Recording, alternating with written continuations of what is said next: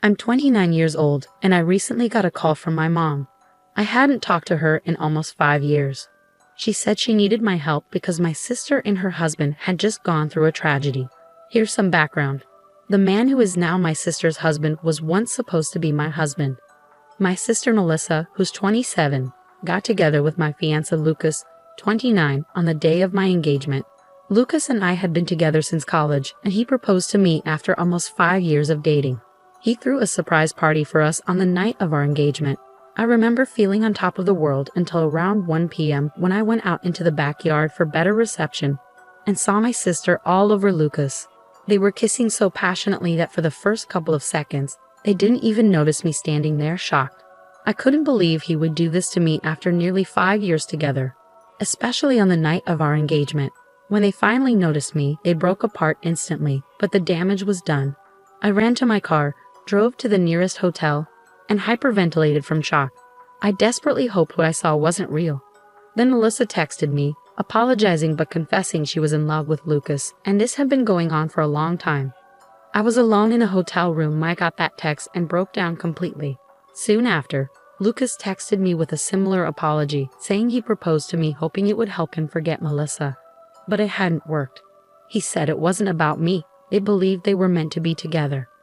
I realized I was just a temporary stand-in for Lucas until he could be with Melissa. I stayed at the hotel for a couple of days, trying to pull myself together. I felt like I was losing my mind, hoping this was all some cruel joke. After almost 4 days, I went back home because I needed to collect my things and couldn't risk losing my job. When I arrived home, I found out my family had been living with Lucas all this time, waiting for me to return. It would have been touching if it wasn't for how I had left. Everyone had been trying to reach me with texts while I was gone, but I hadn't responded to any of them. So when I finally returned, there was chaos. Everyone hugged me and told me how relieved they were to see me. Even Melissa came up to me, tears in her eyes, and hugged me tightly. I was too numb to react and stood there silently, while everyone surrounded me. Finally, after everyone had settled down, I cleared my throat and explained that I had returned only to pack my things and leave for good. Lucas had been silent until then, but when I mentioned moving out, he spoke up, saying he had already packed and planned to move in with Melissa now that everything was out in the open. To my surprise, my family, my parents, my aunt, and my dad's youngest sister were all smiling broadly despite the situation. Even though I couldn't see any reason to smile, they seemed happy. Melissa stood beside Lucas in an awkward hug, looking at me sadly but with a smile on her face. I couldn't bear it any longer.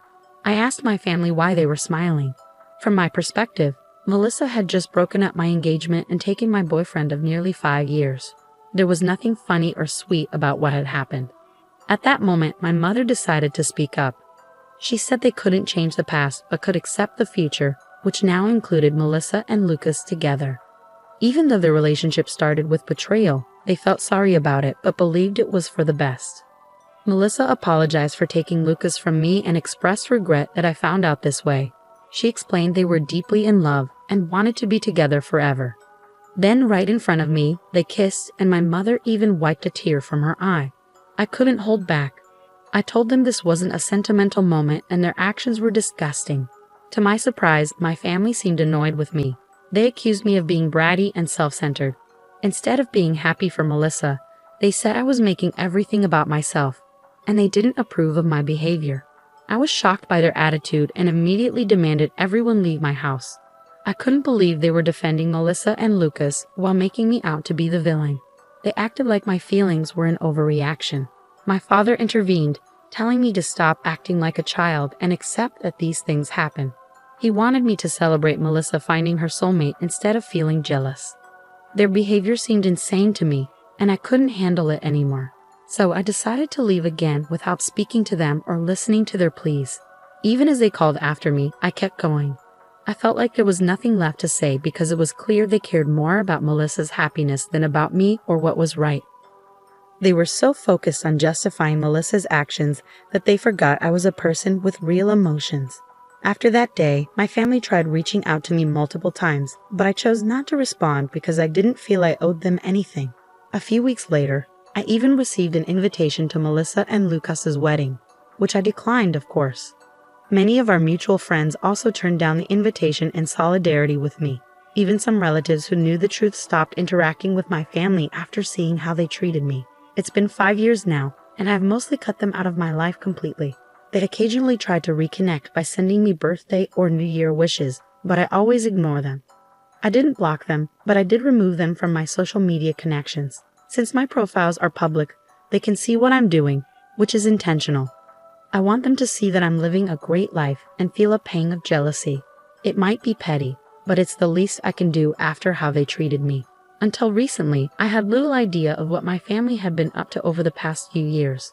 About 4 days ago, my mother called me from an unfamiliar number. When I recognized her voice, I almost hung up immediately, but she pleaded with me desperately for a chance to talk, saying they were in urgent need of help.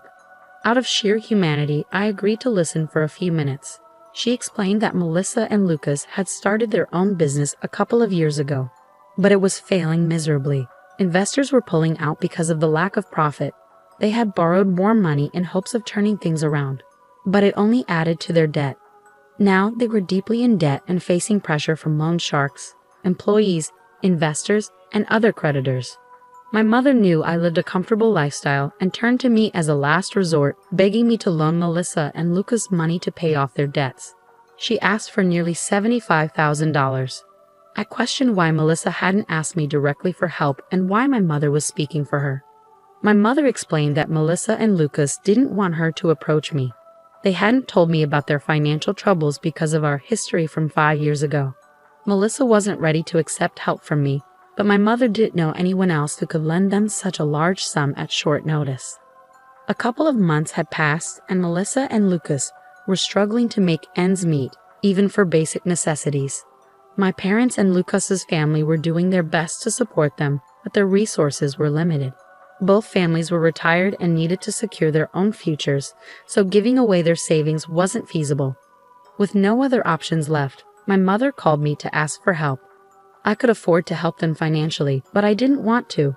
Melissa was right not to ask me directly after what happened between us. They forfeited any right to expect anything from me when they betrayed me. I told my mother firmly that I couldn't and wouldn't help them. She sounded hurt and argued that I was being heartless and needed to think about our family.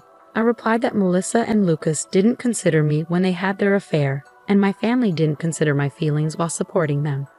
So I saw no reason to consider them now either.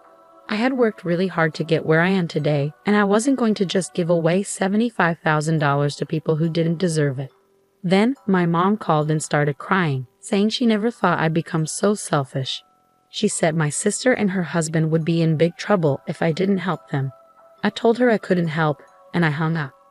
Since then, my mom has been texting me nonstop, begging me to change my mind and think about my sister. She said it wasn't the time for revenge and that my sister was in serious trouble. She thinks I'll regret not helping her in the future. It's really stressful, and I don't know what to do because I don't want to be seen as the bad person. Am I wrong for not helping my sister financially after she stole my fiancé 5 years ago? Update. So I finally decided to block my family. I didn't do it sooner because I wanted them to see how well I was doing and maybe feel envious. Also, I worried I might regret cutting them off if something bad happened to them. But now, I just don't care. I should have cut ties with them 5 years ago. I don't know why I kept them around for so long. That was my mistake. Refusing to help my sister now isn't about being petty. It just makes sense. They've already wasted a lot of money, and even if I gave them some now, they probably wouldn't be able to pay it back. $75,000 is a lot of money, even for someone like me who's doing well financially. If I lend that much, I expect it back, even from close friends. But these people aren't close to me, and I can't count on them to repay me. So there's no reason for me to give them money. It's that simple. I talked to a few friends about it, and they agreed I made the right call. It's not about revenge, it's just not practical to help them after how they treated me in the past. Now that my mother can't contact me anymore, I don't have to worry about feeling guilty. Update 2. Hey everyone, something pretty intense happened today. I was at work when my neighbor called to say there was a couple outside my house causing a scene, yelling for me to come out and talk to them. She said they seemed unstable and had been there for an hour, refusing to leave. I asked for a description, and deep down, I knew it was Melissa and Lucas. My neighbor insisted I come home to handle the situation, and I agreed. With Melissa and Lucas, trouble always followed. I thanked her and rushed home to make sure they didn't get inside my house. I got home in about 15 minutes and caught them trying to break into my house by picking the lock. I parked in front of my place and asked them what they were doing. I tried to call the police, but Lucas knocked the phone out of my hand. Melissa then said they were only here to talk and didn't want anything from me, at least not right now. I told them to make it quick and insisted we stay outside in the yard. I didn't feel comfortable inviting them inside, especially since they seemed hostile despite claiming they didn't want anything from me. Melissa began speaking. She said my mother had told her about the phone call I ignored and how I had blocked them all. She accused me of being unfair and said it had been 5 years since the incident with my fiancé, so I should have moved on by now. She claimed I was acting dramatically to get attention from the family and felt insulted by my refusal to help them. That's why she wanted to talk to me. She explained that she had managed to gather the money this time by selling their house and jewelry, but she might need more in the future. Melissa said she needed assurance that I would be there to help again. I firmly told her no. I made it clear she couldn't rely on me because I deeply dislike her and her husband. I was so furious that I even mentioned how close I was to hitting her, so they should leave immediately. Then Lucas demanded that I sign a document promising to give them money whenever they asked. I couldn't believe it. I knew it wouldn't be legally binding if I signed it under duress. They were being unreasonable and seemed to think they could manipulate me into doing something like that. I ordered both of them to leave, but Melissa pushed me and insisted that I had to help them because we were family, and I couldn't avoid my responsibilities like this. I was shocked by her push, and I almost slapped her in response, but I managed to restrain myself because I knew it would only escalate things. Instead, I quickly grabbed my phone from the ground where Lucas had knocked it, and I ran to my car. I jumped in and drove off without even looking back. Since I had left the engine running earlier, I was able to speed away quickly. They didn't attempt to chase me on foot, so they stayed at my house, which was unfortunate for them. Once I was a safe distance away, I called the police and explained the situation. I hurried back home and arrived just in time for the police to show up. In less than 20 minutes, I gave them all the details, and they arrested Melissa and Lucas. I knew the charges might not be severe, but it was worth it to have them taken away and not have to deal with them anymore. It's been a few hours since then, and surprisingly, I haven't heard from anyone in my family. I thought someone might try to contact me from a different number by now, but they haven't. It makes me think they might be done with the situation and won't bother me again, or maybe they're waiting for things to calm down before reaching out. Update 3. Hi, it's been about a week since my last update. I had started to think my family might leave me alone after I called the police on Melissa and Lucas, but I was wrong. They still found a way to bother me, and this time it was my parents who came to my house, asking if they could talk to me. This happened yesterday, and they seemed much more humble compared to Melissa and Lucas, so I allowed them in. My mother started crying as soon as she came in, apologizing for taking Melissa's side over mine in the past. My father said that after hearing about Melissa and Lucas getting arrested for their actions, including pushing me, they couldn't see them the same way anymore. They decided to cut them off. My mother continued crying throughout her visit while my father apologized for siding with Melissa instead of me in the past. I thanked them for finally realizing their mistake, but I explained that it was too late to repair our relationship. I've grown accustomed to living life on my own terms, and I'm not willing to prioritize my family over myself anymore. I appreciated their visit and apology, but I couldn't promise to work on our relationship. They tried to argue that we could fix things if we tried, but the truth was I no longer wanted to try. I just wanted to focus on myself.